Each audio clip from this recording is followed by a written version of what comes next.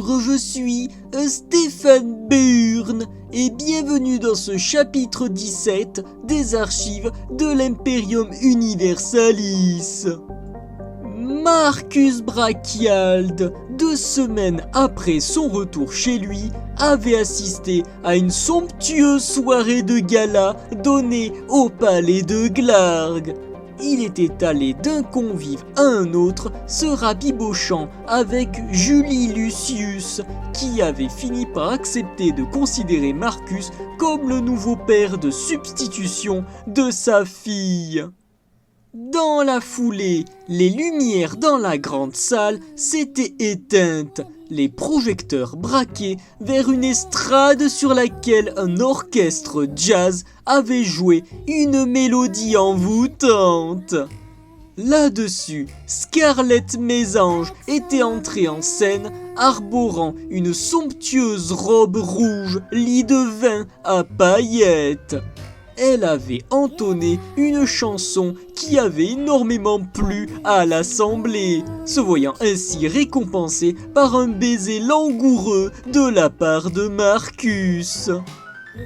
Ce dernier, du haut de l'estrade, s'était avisé de la présence d'une bien étrange femme qu'il ne connaissait pas, observant la soirée dans un recoin sombre. Allant à sa rencontre, l'empereur de Terra Prime avait ainsi fait la connaissance avec Viri Sanguinis, servante d'une certaine Lady Leyline Sanguinare, à la recherche d'informations concernant une jeune femme portée disparue depuis de nombreuses années. La situation étant sur le point de tourner au vinaigre, elle avait été résolue par l'arrivée de Nifty, qui avait tenu Viri en respect, la jeune femme ayant reconnu en la créature démoniaque celle qu'elle cherchait. S'abreuvant du sang de l'elfe, Nifty s'était ainsi vu débarrassée d'une sombre malédiction qui pesait sur elle, lui permettant de retrouver sa forme originelle, ainsi que sa mémoire et son identité. Serana Sanguinare, princesse du royaume Émalite. Hop, une pièce de plus à rajouter dans le bocal à waifu. Une. Suite à de profonds remerciements pour sa personne, Marcus s'était laissé convaincre de suivre Serana et Viri à travers un portail interstellaire généré par la princesse, les conduisant directement dans l'impressionnante salle du trône du palais de Zeta Emati. Là, l'empereur de Terra Prime s'était retrouvé face à Leyline, cette dernière l'ayant récompensé en exposant au grand jour un complot et une trahison portés à son encontre par Ernest Exaraxia Lucius. Après avoir écouté les doléances de son vieux frère et avoir torturé et estropié Xaraxia, la véritable instigatrice de l'affaire, le tout sous les yeux de leur fille Estrella, Marcus s'était vu invité à bord d'un vaisseau émalite afin d'assister à l'anéantissement de raiders infiltrés par la puissance brutale et primitive d'un Wormoid, espèce de titanesque créature serpentine apparemment aussi ancienne que la galaxie elle-même. De retour au palais, l'humain s'était laissé guider jusqu'à la chambre de Serana, où cette dernière, avec la complicité de Viri, avait verrouillé la porte et avait commencé à se dévêtir. Oh, Billy, c'est gênant. Oh, si on peut plus faire ce genre de trait d'humour. Mais Marcus avait refusé nettement, invoquant sa fidélité auprès de Scarlett. Mais n'étant pas fermé à l'idée de faire la chose à plusieurs, il avait invité la princesse à s'adresser directement à la capitaine lorsque l'occasion se présenterait. Retournant aux commandes de son armada, Marcus s'était avisé d'une alliance indépendantiste venant tout juste de voir le jour entre 3 mondes voisins, bien déterminés à ne pas se laisser marcher sur les pieds par le tout jeune Imperium de Terra Prime. En un mot commençant, les Gorians avaient été éradiqués, leur planète exposée à un exterminatus, la réduisant à l'état de rocher sans vie, prêt à être surexploité. Des aliens qui s'appellent des Gorillans, hein, des Gorillans, et qui ressemblent à ça. C'est cocasse, c'est cocasse, hein. Tu sais, Billy, moi ça fait bien des lustres que j'ai arrêté de me poser des questions. Tout à fait, mon cher Sylvestre, car comme dit le proverbe, les voies du scénario sont impénétrables. Suite à cela, les Talapusiens et les Caérians avaient été soumis après que leur flotte ait été elles aussi annihilée. Transmettant le message vidéo de la destruction de Gorilla aux civilisations aliens apportées des missions, les Rizutisiens avaient signé un traité d'amitié avec l'Imperium, tandis que les Sarans s'étaient fait absorber sans demander leur reste. Pour paraphraser des véritables propos ayant été tenus par Marcus Bracchiald, je cite: « Ils sont trop mignons !» Ouais, je confirme, c'est vrai qu'il était complètement gaga de ces espèces de méduses humanoïdes, je sais pas pourquoi. Les Xubirites, eux, étaient restés reclus dans leur isolationnisme, mais avaient assuré à Marcus qu'ils ne tenteraient aucun acte agressif.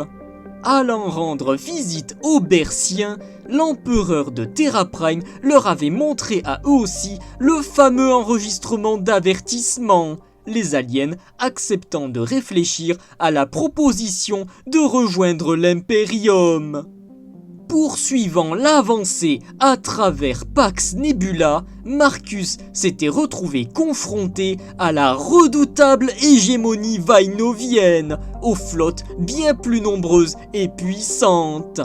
Manquant presque voir ses 2 vaisseaux capitaux détruits, l'empereur de Terra Prime n'avait dû la victoire qu'à l'intervention providentielle de la flotte émalite, qui avait commis un véritable bain de sang pour la gloire de Leyline.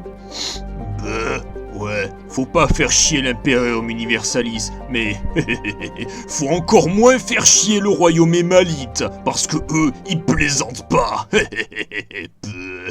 Après quelques semaines d'attente, de réparation et de repos, incluant la construction d'un 3e vaisseau capital baptisé Bright, Marcus était allé passer quelques jours de vacances sur Zeta Emati, en compagnie de Scarlett. Ils y avaient participé à un délicieux plan à 4 avec Serana et Viri, l'empereur de Terra Prime accédant au désir de la princesse de le remercier en la déflorant avec délicatesse et tendresse. Eh ben, c'est de bien jolis locaux que vous avez là, monsieur Stéphane Burn. Bonjour Sylvestre d'ailleurs, merci de m'avoir laissé entrer. Oh, vous avez même un stagiaire comme il est mignon. Oui, je dois vous couper en plein milieu d'une session d'enregistrement, mais c'est pas grave, vous inquiétez pas. Je vous rappelle que je vous verse encore des subventions pour vos émissions, alors... je viens juste faire un état des lieux, hein. Oh oui, bon, vous en parlerez au baron, mais...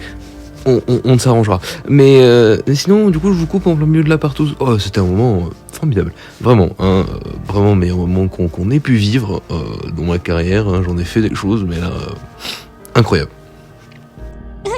Attendez, c'était Marcus Bracchiald à l'instant? Le vrai Marcus Bracchiald? Ouais, Billy, en chair et en os. Oh, j'y crois pas. J'ai rencontré Marcus Bracchiald en personne. C'est le plus beau jour de ma vie.